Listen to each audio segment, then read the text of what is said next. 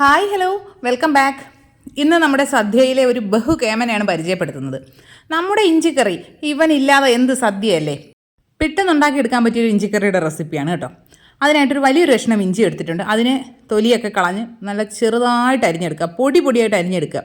എത്രത്തോളം ചെറുതാക്കി അരിയുന്നോ അത്രത്തോളം ഇഞ്ചി മൂത്ത് കിട്ടാൻ എളുപ്പമായിരിക്കും.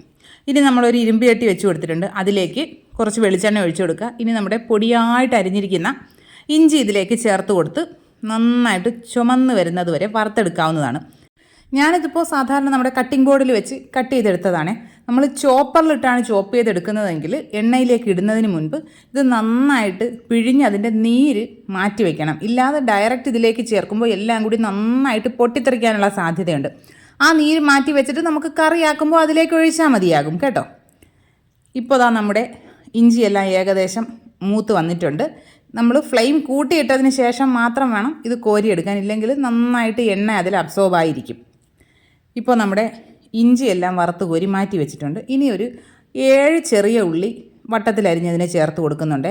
ഇത് അത്യാവശ്യം വലിയ ഉള്ളിയായിരുന്നു കേട്ടോ, അതുകൊണ്ടാണ് ഞാൻ 7 എണ്ണം എടുത്തത്. തീരെ ചെറിയ കുഞ്ഞുള്ളി കിട്ടുമല്ലോ, അതാണെങ്കിൽ നമുക്കൊരു 10 എണ്ണം വരെയൊക്കെ എടുക്കാം കേട്ടോ. അതും ഇതുപോലെ നന്നായിട്ട് ഒരു ഗോൾഡൻ കളർ ആകുന്നത് വരെ വറുത്ത് കോരി മാറ്റി വയ്ക്കും. ഇനി ഒരു ചട്ടി അടുപ്പിലേക്ക് വെച്ച് കൊടുക്കുക. അതിലേക്ക് നമ്മുടെ ഇതിൽ നിന്ന് തന്നെ 1 ടീസ്പൂൺ എണ്ണ ഒഴിച്ചു കൊടുക്കുക. 1/4 ടീസ്പൂൺ മഞ്ഞൾപ്പൊടി ചേർത്ത് കൊടുക്കുക. 1 ടേബിൾ സ്പൂൺ മല്ലിപ്പൊടി ചേർത്ത് കൊടുക്കുക. 1 table spoon Kashmiri chilli powder ചേർത്ത് കൊടുക്കുക. എരിവുള്ള മുളക് പൊടി അല്ല കേട്ടോ, കാശ്മീരി ചില്ലി പൗഡറാണ്. അതും കൂടി ചേർത്തിട്ട് നന്നായിട്ട് മിക്സ് ചെയ്യുക. ഈ പൊടികളുടെ എല്ലാം പച്ചമണം മാറുന്നത് വരെ നന്നായിട്ടൊന്ന് റോസ്റ്റ് ചെയ്തെടുക്കുക. ഇനി ഇതിലേക്ക് നമ്മൾ ഒരു ചെറിയ നെല്ലിക്ക വലുപ്പത്തിനുള്ള പുളി പിഴിഞ്ഞതിനെ കൂടെ ചേർത്ത് കൊടുക്കുക.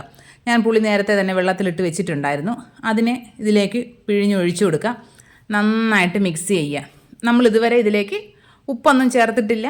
ഇനി നമുക്കൊരു 1/4 ടീസ്പൂൺ ഉപ്പ് ഇതിലേക്ക് ചേർത്ത് കൊടുക്കാം.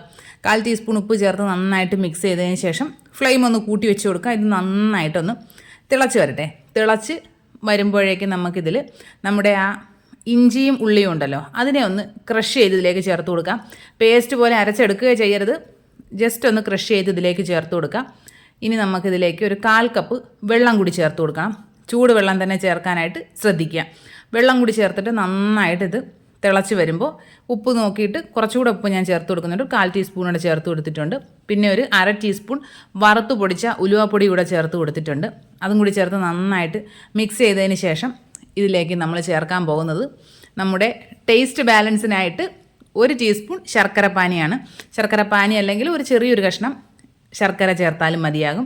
എല്ലാം കൂടി ചേർത്ത് നന്നായിട്ട് മിക്സ് ചെയ്തതിന് ശേഷം ഫ്ലെയിം ഓഫ് ചെയ്യുക. വെളിച്ചെണ്ണയിൽ കടുക്, വറ്റൽമുളക്, കറിവേപ്പില എല്ലാം കൂടി ചേർത്ത് നന്നായിട്ടൊന്ന് താളിച്ചും കൂടെ ഒഴിച്ച് കഴിഞ്ഞാൽ നമ്മുടെ ഇഞ്ചിക്കറി റെഡി ആയിട്ടുണ്ട്. തേങ്ങ വറുത്തരച്ച ഇഞ്ചിക്കറിയുടെ റെസിപ്പി ഞാൻ ഇതിന് മുമ്പ് പോസ്റ്റ് ചെയ്തിട്ടുള്ളതാണ്. വേണമെന്നുള്ളൊരു ചെക്ക് ചെയ്ത് നോക്കുക. വീഡിയോസ് ഇഷ്ടപ്പെട്ടാൽ ചാനൽ സബ്സ്ക്രൈബ് ചെയ്യുന്ന കാര്യം പരിഗണിക്കുക. ഇനി നമുക്ക് മറ്റൊരു വീഡിയോ ആയിട്ട് ഉടനെ കാണാം. ബൈ.